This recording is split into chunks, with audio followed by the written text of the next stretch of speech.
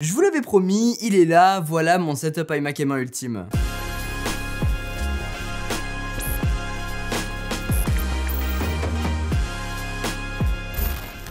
Bon, on vous montre jamais en général les dessous d'un setup, mais regardez un peu ça. Non mais vraiment, on en est à nettoyer tous les trucs à l'éponge. Faut un peu casser le mythe, parce que vous allez le voir le setup, il est hyper stylé. Mais au début c'est ça. Balayer, nettoyer, et tout ça est un peu olé olé. Coucou, bonjour, livraison spéciale. Déjà un, sur tout le reste. Ouh.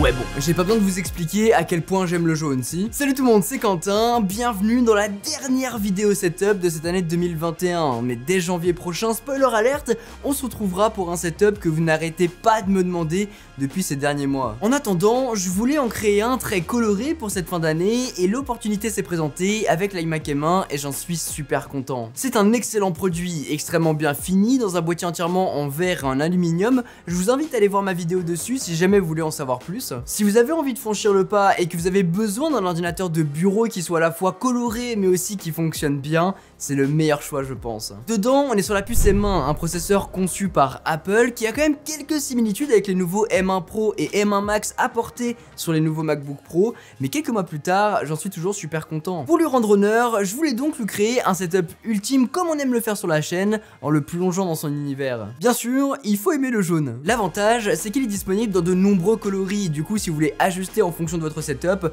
bah vous allez pouvoir le faire. Mais moi de mon côté, je trouve qu'il rend super bien. Il est posé sur un bureau que j'avais acheté il y a quelques années pour une vidéo, un bureau pas si long que ça, en revanche, il est simple, sobre, élégant, avec des rangements, ce qui n'est pas forcément le cas tout le temps. Et je trouve que ce combo bois et blanc, ça rend très bien. En plus de ça, dans les tiroirs, on peut y mettre quelques petits accessoires comme une manette. Je vous laisse imaginer la couleur, bien évidemment, pour pouvoir jouer à la Xbox directement depuis mon iMac M1 et tout ça avec le Xbox Cloud Gaming. Je vous laisserai voir ma vidéo si jamais vous voulez en savoir plus dessus sur comment l'utiliser. Sur le bureau, on aura les périphériques jaunes livrés avec l'iMac M1, un Magic Keyboard petit format avec un capteur d'empreinte digitale sur le côté pour déverrouiller facilement le Mac ou pour faire des achats rapidement. Très pratique de ce côté-là, mais j'avoue préférer le Magic Keyboard grand format si jamais je dois l'utiliser avec le pavé numérique sur le côté. Pour la souris, Magic Mouse, elle aussi en jaune. Trouver un clavier avec des touches jaunes, c'est faisable, même si ça reste chiant, mais par contre pour les souris,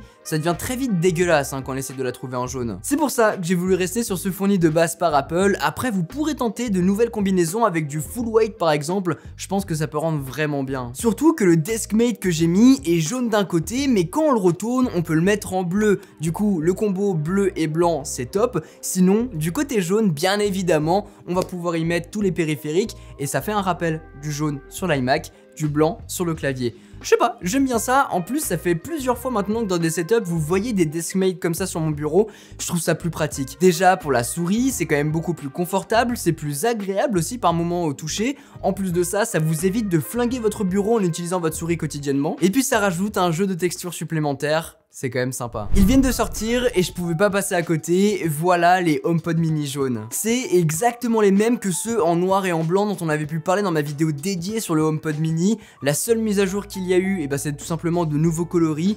Orange, bleu et jaune, ce qu'on a là. Et puis, il y a eu une mise à jour sur tous ces HomePod mini pouvant accueillir le stéréo, et c'est pour ça qu'il y en a deux. L'idée étant de profiter d'une très bonne qualité sonore directement dans son setup iMac M1 ultime.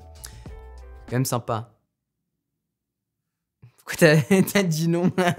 Petite anecdote, j'ai eu qu'à en acheter qu'un seul, parce que le frérot Brandon, il a perdu un pari, il a parié contre moi. Ah, le bougre. Fallait pas. Du coup, j'ai eu un HomePod mini gratuit. Merci Brandon. Mais on te rend honneur à travers cette vidéo. En tout cas, j'aime beaucoup le design de ce HomePod mini avec ce tissu mèche jaune. C'est des enceintes qui fonctionnent en Wi-Fi obligatoirement, Siri est intégré à l'intérieur, enfin bref, ça fonctionne très bien avec l'iMac puisqu'ils sont reliés en AirPlay sans trop de latence. Forcément, vous allez en avoir, mais quand vous regardez une vidéo YouTube, que vous écoutez de la musique, ça va. Après, pour du montage vidéo, je vous le recommande pas.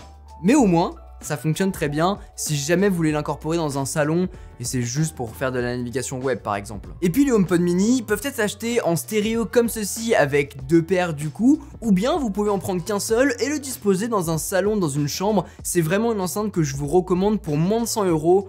Vous avez le Nec Plus Ultra avec un assistant connecté à l'intérieur et une qualité vraiment bonne par rapport à son prix. En mono, en stéréo, c'est vous qui choisissez en fonction de la disposition. De mon côté, dans ce setup iMac M1 Ultime, je trouvais qu'il rendait super bien. C'est vraiment un combo qui matche bien et qu'il fallait vous présenter. Finalement, je suis assis dessus, une chaise jaune bien sûr. J'abuse peut-être là, non? C'est peut-être le pull jaune. Ah, c'est peut-être le pull, ouais, mais c'est pour le raccord. Je voulais pousser les vis jusqu'au bout, et bien écoutez, c'est la bonne surprise d'Amazon. En plus, ça vient quasiment monter, t'as juste à mettre les pieds et puis c'est basta. Mais en tout cas, on est vraiment bien assis dessus, c'est une très bonne qualité, on a une bonne assise, on a un bon truc pour pouvoir mettre, pour pouvoir l'utiliser. On appelle ça un dossier. Ouais, voilà, putain, c'est insupportable.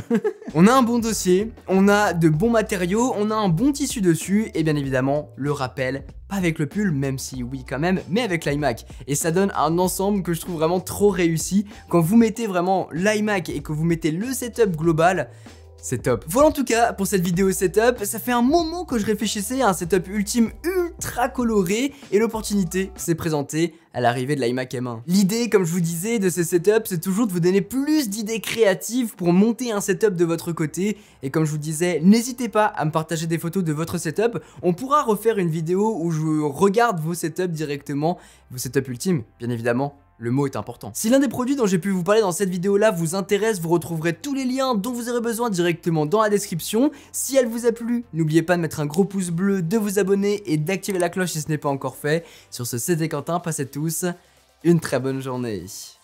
Tchau!